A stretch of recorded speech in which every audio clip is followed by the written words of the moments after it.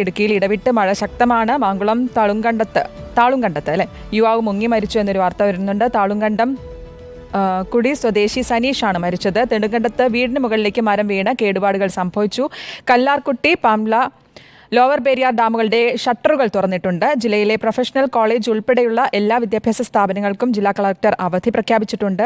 സന്ദീപ് രാജാക്കാട് നൽകും വിശദാംശങ്ങൾ. സന്ദീപ്, ഇടുക്കിയിൽ മഴ ഇപ്പോഴും കനത്തു പെയ്യുകയാണോ? എന്താണ് ഇപ്പോൾ മഴ കുറവുണ്ടെന്ന് തോന്നുന്നു, കുടയൊന്നും പിടിച്ചിട്ടില്ല. എന്തായാലും എന്താണ് നിലവിലെ സാഹചര്യം പലയിടത്തും? ഒപ്പം ഒരു യുവാവ് മുങ്ങി മരിച്ചു എന്നൊരു വാർത്ത കൂടി വരുന്നുണ്ട്. ഖേദകരമായ റിപ്പോർട്ടുകൾ ചെയ്യേണ്ടി വരുന്നുണ്ട് അവിടെ നിന്ന്. മറ്റു വിവരങ്ങൾ എന്തൊക്കെയാണ്? നല്ല തണുപ്പുണ്ടെന്ന് തോന്നുന്നു സന്ദീപ്. സ്വെറ്ററൊക്കെ ഇട്ടായിരിക്കും.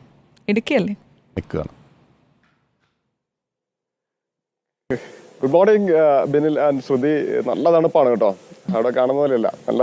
നല്ല തണുപ്പാണ്, പുറത്ത് നിൽക്കാൻ പറ്റത്തില്ലാത്ത അത്രയും തണുപ്പുണ്ട്. മഴയ്ക്ക് അല്പം ശമനമുണ്ട് എന്നുള്ളതാണ് ഏറെ ആശ്വാസകരമായ കാര്യം. ഇന്നലെ മുതൽ രാത്രികാലം മുതൽ മഴയ്ക്ക് ശമനമുണ്ട്. എന്നാൽ ഇടവിട്ട് മലയോര മേഖലയിൽ മഴ പെയ്യുന്നുണ്ട്.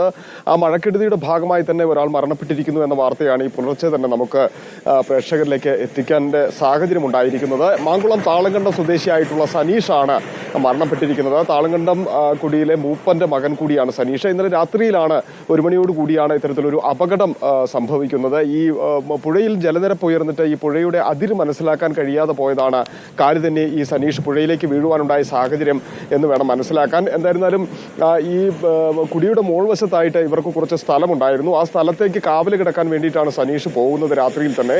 ആ സമയത്താണ് ഇത്തരത്തിലൊരു അപകടം ഉണ്ടാകുകയും ഇത് അറിഞ്ഞു തന്നെ നാട്ടുകാരും അവിടെയുള്ള എല്ലാവരും ചേർന്ന് തെരച്ചിൽ നടത്തുകയും ഈ മൃതദേഹം കണ്ടെത്തുകയും ചെയ്തിട്ടുണ്ട്. എന്നാൽ ഈ ഇത്തരത്തിലൊരു മരണമായിരുന്നത് കൊണ്ട് തന്നെ പോലീസ് എത്തിയതിനു ശേഷം മാത്രമേ മറ്റ് നടപടികളിലേക്ക് കടക്കൂ എന്നാണ് അറിയിച്ചിരിക്കുന്നത്. എന്തായിരുന്നാലും മൂന്നാർ പോലീസ് സ്ഥലത്തേക്ക് എത്തിക്കൊണ്ടിരിക്കുകയാണ്. അതിനുശേഷം മൃതദേഹം അടിമാലി താലൂക്ക് ആശുപത്രിയിലേക്ക് മാറ്റും എന്നുള്ളതാണ് നമുക്ക് മനസ്സിലാക്കാൻ കഴിയുന്നത്. ഈ കാലവർഷവുമായി ബന്ധപ്പെട്ട് ഒരാൾ കൂടി മരണപ്പെട്ടിരിക്കുന്നു ഇടുക്കി ജില്ലയിൽ എന്നുള്ള വിവരമാണ് നൽകാൻ സാധിക്കുന്നത്. ഒപ്പം തന്നെ ജില്ലയിലെ മറ്റ് മഴ വിവരങ്ങളിലേക്ക് വന്നു കഴിഞ്ഞാൽ വിവിധ ഇടങ്ങളിൽ ചെറുതും വലുതുമായിട്ടുള്ള മണ്ണിടിച്ചിലുകളും മരം വീഴ്ചയും ഒക്കെ ഉണ്ടായിട്ടുണ്ട്. നെടുങ്കണ്ടത്ത് വീടിന് മുകളിലേക്ക് മരം ഒടിഞ്ഞു വീഴുന്ന സാഹചര്യം ഉണ്ടായിരുന്നു. അവിടെയും ആളപായം ഉണ്ടായിട്ടില്ല. മറ്റ് വീടുകൾക്ക് കേടുപാടുകൾ ഉണ്ടായി. ഇതിനോട് സമാനമായി തന്നെ കല്ലാർപ്പുഴയോട് ചേർന്നുള്ള ഒരു ഭാഗം വീടിന്റെ സംരക്ഷണ ഭിത്തി ഇടിഞ്ഞ അപകടാവസ്ഥയിലാവുകയും ചെയ്തിട്ടുണ്ട്.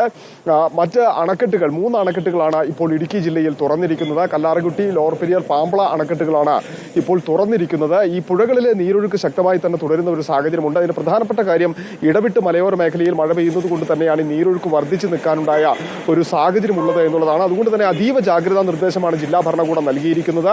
പുഴകളിലേക്ക് ഇറങ്ങാൻ പാടില്ല. ഒപ്പം തന്നെ വെള്ളച്ചാട്ടങ്ങളിലേക്കോ മറ്റ് ഇറങ്ങി നിന്നുള്ള അത് ആസ്വദിക്കുന്ന തരത്തിലുള്ള ചിത്രങ്ങൾ പകർത്തുന്നതിനൊക്കെയുള്ള ശ്രമങ്ങൾ ഒഴിവാക്കണമെന്ന കർശന നിർദ്ദേശം നൽകിയിട്ടുണ്ട്. രാത്രി യാത്രാ നിരോധനം തുടർന്നുകൊണ്ടിരിക്കുകയാണ്. ഒപ്പം തന്നെ ഗ്യാപ്പ് റോഡ്, നമുക്കറിയാം ഏറ്റവും കൂടുതൽ എല്ലാ മഴക്കാലഘട്ടത്തിലും ഉരുൾപൊട്ടലും മണ്ണിടിച്ചിലും റിപ്പോർട്ട് ചെയ്യപ്പെടുന്ന ഒരു പ്രധാനപ്പെട്ട റോഡാണ് ഗ്യാപ്പ് റോഡ്. കൊച്ചി ധനുഷ്കോടി ദേശീയപാത 85 മൂന്നാർ മുതൽ ഏതാണ്ട് ചിന്നക്കനാൽ വരെയുള്ള ആ ഒരു ഭാഗത്ത് സന്ദീപ് രാജക്കാരാണ് വിവരങ്ങൾ നൽകിക്കൊണ്ടിരിക്കുന്നത്. ഒരു മരണമാണ്